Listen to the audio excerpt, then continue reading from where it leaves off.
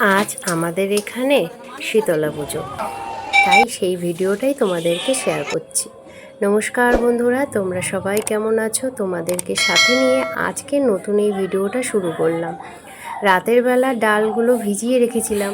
আর জানোই তো যে যেখানে শীতলা পুজো হয় যেই পাড়াতে বা এলাকার কাছাকাছি, তারা সবাই শীতলা পুজোর দিন উনুন জ্বালায় না, মানে আগুন জ্বালায় না, কিছু রান্নাও করবে না তারা। আগের দিন আমরা রান্না করে রাখি।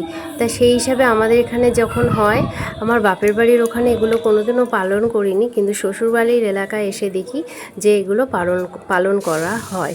তাই যেখানে আছি সেখানকার রীতিনীতি তো আমাকেও মানতে হবে। তাই রাতের বেলা ডাল বেটে বড়া করে নিচ্ছি, আর এইদিকে ভাত বসিয়েছি আর আলু ভাজবো। এটাই পরদিন চলবে, দিনে 2-3 বার করে। তো দেখো ডালগুলো বড়াগুলো এইভাবে ভেজে ভেজে তুলে নিচ্ছি।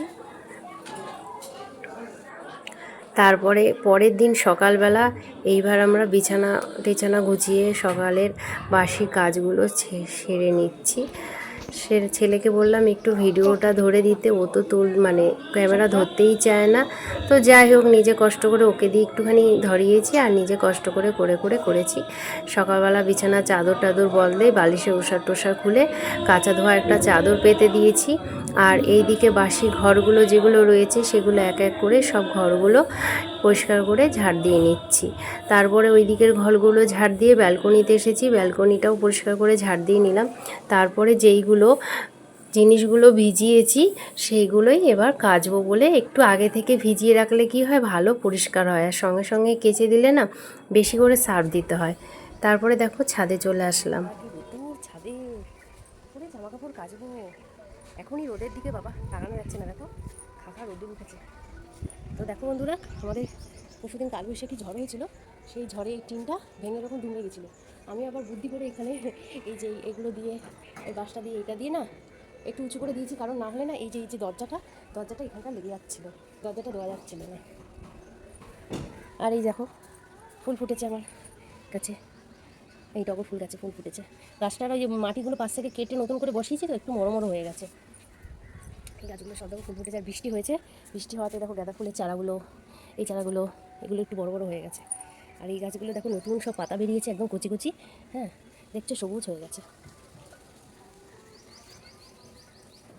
কালকে আবার রোদুর উঠেছিল, আজকে রোদুর উঠেছে, একটু গাছটা মানে গাছগুলো একটুখানি জল দিতে হবে। এই গাছটা কাটালাম দুটো বাচ্চাকে দিয়ে, তারপরে এই ডালটা তাপ দিয়ে বাঁধা টানা যাচ্ছে না, এবার ছোট করে ডালগুলো কেটে হেবি শক্ত। এটা বলো কি গাছ? এটা দেবদারু গাছ। এই যে প্যান্ডেল সাজাতে, বিয়ে বাড়ি সাজাতে লাগে রে গাছ কাটা দিল।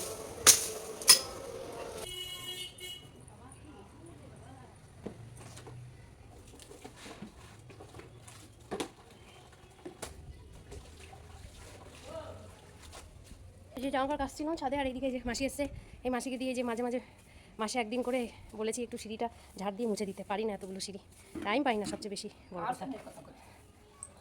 আমার দাদুর সাথে কেউ তো নেই কথা বলা, তাই দেখছি আমার দাদু যদি আসে, তাই সত্যি দাদু আমার ছেলেটার সঙ্গে কথা করছি। তোমার নাতি তো বড় হচ্ছে, ভালো আচ্ছা ছেলেরা যারা পড়তে আসে এখন কি করছে, আমার মধ্যে চিন্তা কর, পড়াশোনা ভালো করে এখন ওর দিকে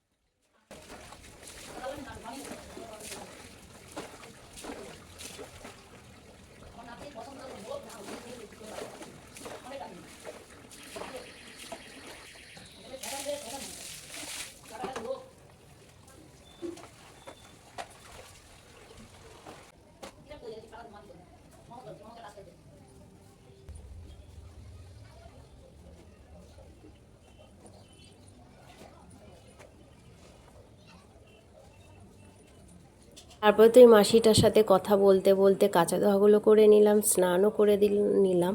এবার জামা কাপড়গুলো ছাদে মেলে দিচ্ছি। তারপরে রেডি হয়ে বাজারে চলে এসেছি, মিষ্টির দোকান থেকে মিষ্টি নিয়ে নিয়েছি, ধূপকাঠি, মোমবাতি আর এই মাসির কাছ থেকে ফুল নিয়ে এই যে আমরা পূজন মণ্ডপে চলে এসেছি।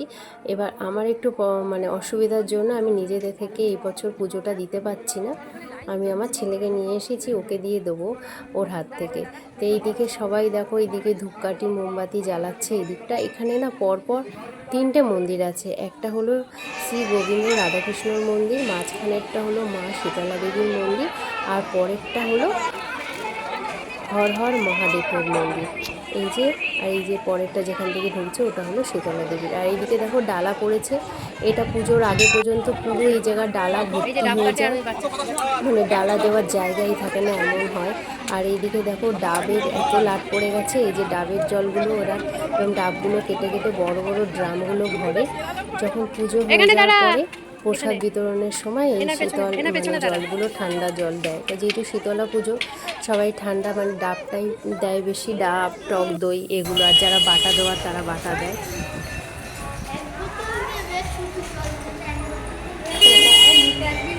ঘটি টটি দিয়ে যেখানে সাইকেল